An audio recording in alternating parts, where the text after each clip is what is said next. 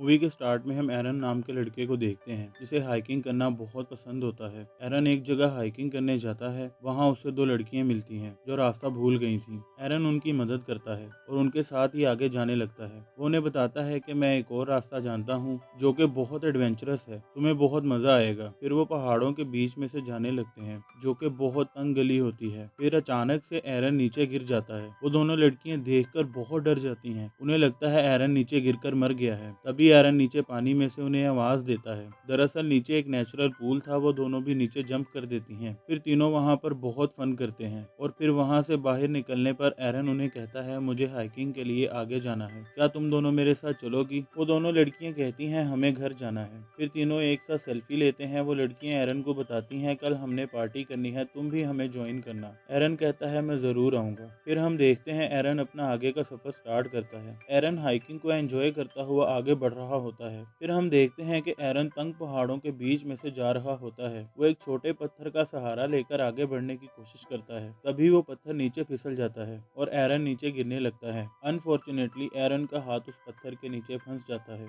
और उसमें जरा सी भी स्पेस नहीं होती, वो पहाड़ के बिल्कुल साथ लगा होता है। एरन का राइट हैंड उस पत्थर के नीचे फंस जाता है। उसे ज्यादा चोट तो नहीं लगती, वो बहुत कोशिश करता है कि उसका हाथ बाहर निकल आए, लेकिन वो पत्थर दोनों पहाड़ों के बीच में फंस चुका था। जब एरन को रियलाइज होता है कि उसका हाथ पत्थर के नीचे से नहीं निकलेगा तो वो जोर जोर से चिल्लाने लगता है कि शायद वो दोनों लड़कियां एरन की मदद को आ जाएं उसकी आवाज को सुनकर। लेकिन वहां पर दूर दूर तक कोई नहीं था और एरन तंग गलियों वाले पहाड़ में फंस चुका था। उसके बाद एरन अपना हाइकिंग वाला बैग खोलता है और उसके पास जो जो सामान होता है उसे बाहर निकालता है। एरन जानता था कि शायद यहाँ पर कोई महीनों तक ना आए, इसीलिए उसे खुद ही कुछ करना पड़ेगा। उसे अपने सामान में एक नाइफ मिलती है। वो उस नाइफ से पत्थर को काटने लगता है। ये बहुत स्टूपिड आइडिया था क्योंकि वो पत्थर इतना ठोस था कि उसे जरा सा भी फर्क नहीं पड़ता, लेकिन मरता क्या न करता। एरन अपनी साइड से पूरी कोशिश करता है कि वो यहाँ से निकल जाए। उसके बाद उसकी नाइफ नीचे गिर जाती है और एरन का हाथ भी वहां तक नहीं पहुंच रहा होता,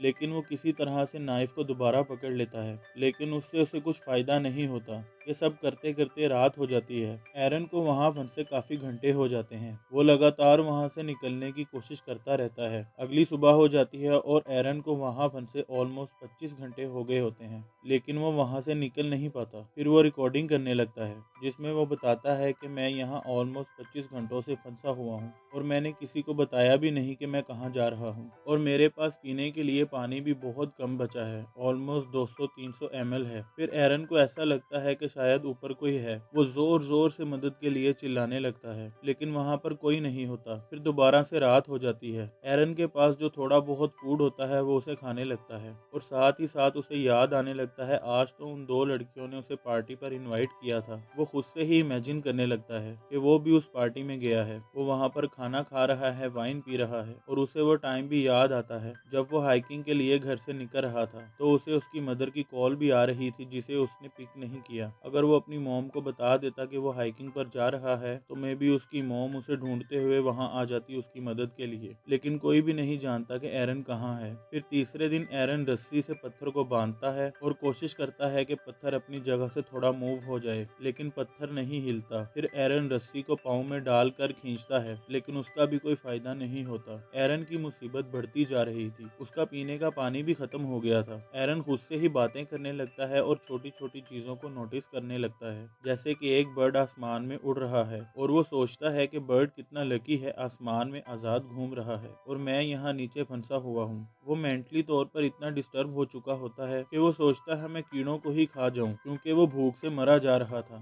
एरन को वहाँ पूरे दिन में सिर्फ 15 से 20 मिनट धूप मिलती है। उसके बाद धूप वहाँ से चली जाती है। भूख से, प्यास से और मौत के डर से एरन का बुरा हाल हो जाता है। उसके बाद वो डिसाइड करता है कि वो अपना हाथ ही काट देगा। वो अपने हाथ को रस्सी से बांधकर उसे काटने की कोशिश करता है, लेकिन वो नाइफ बिल्कुल खराब हो चुकी थी। उसकी स्किन को कोई खास फर्क नहीं पड़ता। फिर हम देखते हैं कि एरन को अपने पुराने दिन याद आते हैं जब वो अपनी फैमिली के साथ हुआ करता था। उसे अपने फ्रेंड्स याद आते हैं और जब वो उन सबको याद कर रहा होता है तो वहाँ पर बहुत सारे बादल आ जाते हैं और देखते ही देखते बहुत तेज बारिश होने लगती है। एरन जल्दी से अपनी पानी की बोतल भरता है। बारिश की वजह से वो तंग गली भी भरना शुरू हो जाती है जिसमें एरन फंसा हुआ था वो डूबने लगता है। फिर वो फौरन पत्थर को उठाने की कोशिश करता है और पानी की वजह से पत्थर का वजन बहुत कम हो गया होता है। बहुत कोशिश करने के बाद एरन अपना हाथ पत्थर से छुड़वा लेता है और फौरन से वहां से निकलकर फौरन अपनी गाड़ी की तरफ आता है और गाड़ी में बैठकर अपने घर चला जाता है। लेकिन लेकिन लेकिन ये सब एरन का इल्यूजन था। वो अभी भी वहीं उन माउंटेन पास में ही फंसा हुआ था। एरन को जैसे ही पता चलता है ये सब उसका ख्याल था तो वो जोर जोर से चिल्लाने लगता है। वो बिल्कुल पागल हो गया था। अब एरन को वहाँ फंसे 4 दिन हो गए थे और ये होता है उसका 5वां दिन। उसका मेंटल लेवल बहुत डिस्टर्ब हो चुका होता है। वो खुद से ही बातें करने लगता है, जोर जोर से हंसता है और अजीब अजीब ख्याल देखने लगता है। और वो सोचता है कि अगर मैंने उस दिन अपनी मॉम की कॉल रिसीव कर ली होती या जिस शॉप से मैंने हाइकिंग का सामान लिया था उनमें से किसी को भी कुछ भी बता देता कि मैं कहाँ जा रहा हूँ तो शायद मेरे मिसिंग होने पर कोई ना कोई मुझे ढूंढ लेता और यहाँ आकर मेरी मदद करता। एरन रिकॉर्डिंग करते हुए अपनी मॉम और फैमिली से कहता है कि मैं आप सबसे बहुत प्यार करता हूँ। वो ये सब कुछ इसीलिए कर रहा होता है क्योंकि अब उसकी हिम्मत जवाब दे गई थी और उसे लगने लगा था कि वो यहीं मर जाएगा। फिर एरन फिर से अपने हाथ को काटने की कोशिश करता है। वो नाइफ से हाथ को काटने के बजाय नाइफ को जोर से अपने हाथ के अंदर डालने की कोशिश करता है जिससे नाइफ सीधा उसके हाथ की हड्डी पर लगती है। अब एरन बहुत ज्यादा वीक हो गया था। एक तो वो भूखा प्यासा था और अब तो उसके हाथ पर बहुत बुरा जख्म भी हो गया होता है। वो सोचने लगता है कि शायद ये जो पत्थर मेरे हाथ पर गिरा है ये बचपन से मेरा ही इंतजार कर रहा था। मेरी मौत, मेरी डेस्टिनी यहीं लिखी थी। वो दीवार पर रेस्ट इन पीस लिखकर अपना नाम और डेट ऑफ बर्थ लिख देता है। एरन को यकीन हो गया था वो यहाँ से जिंदा नहीं बचेगा। उसकी हिम्मत टूट चुकी थी। फिर नेक्स्ट डे, छठे दिन, जब उसे थोड़ी सी होश आती है तो उसे विजन आता है जिसमें एरन अपने फ्यूचर सन को देखता है। वो देखता है वो अपने बेटे के साथ खेल रहा है। ये सब देखकर एरन बहुत इमोशनल हो जाता है। इमोशनली अपने फ्यूचर सन के साथ कनेक्ट होकर उसके अंदर एक अलग सी पावर आ जाती है। वो दोबारा से अपने हाथ को काटने की कोशिश करता है लेकिन इस बार वो पहले अपने हाथ को थोड़ा उल्टा घुमाकर पत्थर की तरफ ही जोर लगाता है जिससे उसके हाथ की हड्डी टूट जाती है और हड्डी टूटने के बाद वो अपने हाथ को कटते हुए जोर लगाता है और अपने हाथ से खुद को अलग कर लेता है। आज छठे दिन अपने हाथ को सेक्रीफाइस करके एरन खुद को आजाद कर लेता है और वहां से जाने से पहले वो अपने हाथ की वीडियो भी बनाता है। फिर एरन हिम्मत करते हुए उन माउंटेन पास से बाहर निकलता है और एरन देखता है वहां बारिश का कुछ पानी पड़ा है। वो उसमें जंप कर देता है और आज 6 दिन के बाद वो जी भर के पानी पीता है, थोड़ी एनर्जी लेता है और उसके बाद वो वहां से आगे बढ़ता है और उसे आसमान पर वो बर्ड भी दिखाई देता है जिसे वो माउंटेन पास में फंसे देखा करता था। वो खुद को भी आज उस बर्ड की तरह आजाद फील करता है। अभी भी एरन को अपनी गाड़ी के पास जाते हुए बहुत मुश्किल हो रही थी क्योंकि उसकी बॉडी में बिल्कुल भी एनर्जी नहीं थी। वो बहुत वीक हो चुका था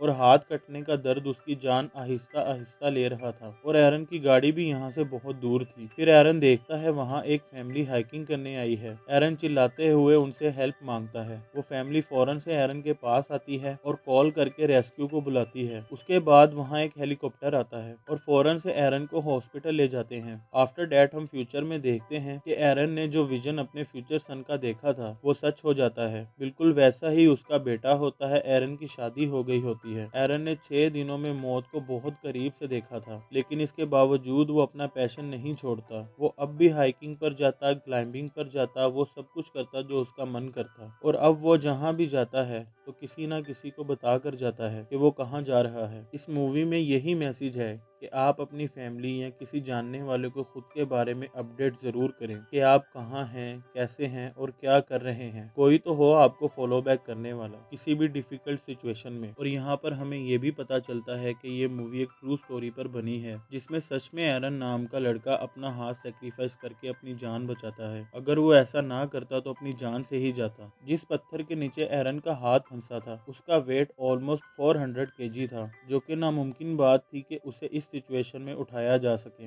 एरन ने हिम्मत नहीं हारी। उसने अपना फ्यूचर इमेजिन किया, खुद को हिम्मत दिलाई और फाइनली वो वहां से निकलने में कामयाब हो गया। अगर वो दिल छोड़ देता तो वहीं पर मर जाता। हमें इस मूवी से समझना चाहिए लाइफ में कुछ भी हो जाए इंसान को हिम्मत नहीं हारनी चाहिए। जिस हद तक मुमकिन हो आप सिचुएशन से फाइट करने की कोशिश करें, तभी आप बच सकते हैं, सरवाइव कर सकते हैं। इसी मैसेज के साथ ये मूवी यहीं खत्म हो जाती है। मूवी पसंद आए तो इसे लाइक एंड शेयर करें और चैनल को सब्सक्राइब करें और मूवीज वर्ल्ड के साथ जुड़े रहें और बेल आइकन को भी प्रेस कर दें जिससे हमारी हर आने वाली वीडियो आप तक आसानी से पहुंच जाए। Thanks for watching.